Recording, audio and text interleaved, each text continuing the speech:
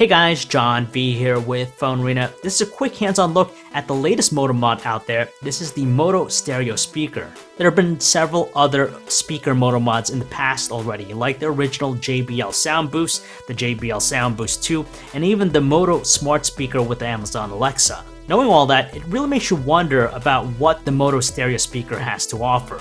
The one distinction here is that it doesn't require its own power source. It takes it from the smartphone itself, which is something we haven't seen before with the other speakers. So essentially, once you attach the Moto Stereo Speaker to the back of the phone, it'll automatically work. There's no need to charge it whatsoever, just because it draws all the power directly from the smartphone.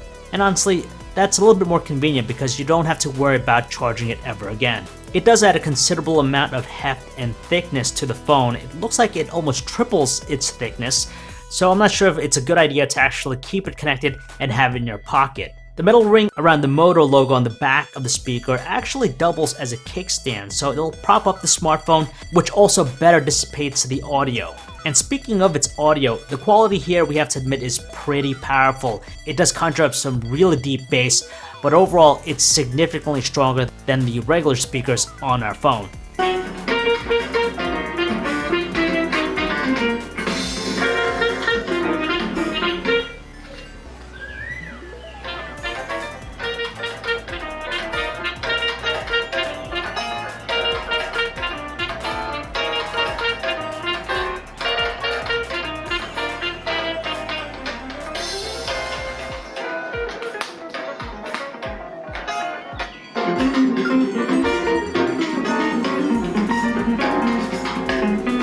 It's currently available for $60 through Lenovo's website, which is slightly less than JBL Sound Boost 2 Moto mod. That's not too shabby a price point, given that it's a brand new offering and doesn't require to be charged.